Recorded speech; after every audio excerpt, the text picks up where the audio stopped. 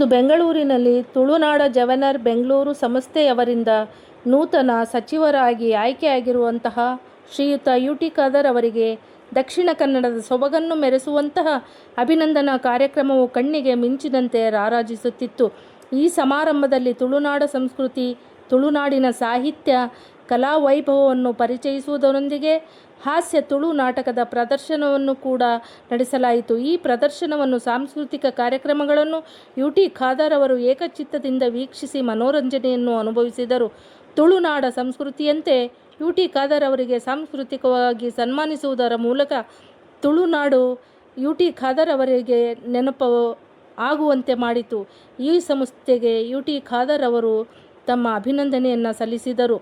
UT. Khader ಅವರು ಕರ್ನಾಟಕ ಸಂಚಾರಿ ಸುದ್ದಿವಾಹಿನಿಯೊಂದಿಗೆ ಮಾತನಾಡುತ್ತಾ, ಈ ಅಭಿನಂದನಾ ಸಮಾರಂಭವು ನನಗೆ ತುಂಬ ಸಂತೋಷವನ್ನು, ಆನಂದವನ್ನು ಮತ್ತು ನನ್ನ ಮನೆ ಮಂಗಳೂರು, ದಕ್ಷಿಣ ಕನ್ನಡ, ತುಳು ಸಂಸ್ಕೃತಿ ಎಲ್ಲವನ್ನೂ ನೆನಪು ಮಾಡಿಕೊಟ್ಟಿದೆ ಎಂದು ತಮ್ಮ ಮನದಾಳದ ಮಾತುಗಳನ್ನು ಹಂಚಿಕೊಂಡು ಈ ಒಂದು ಸಂಸ್ಥೆಗೆ ಅಭಿನಂದನೆಯನ್ನು ಸಲ್ಲಿಸಿದರು.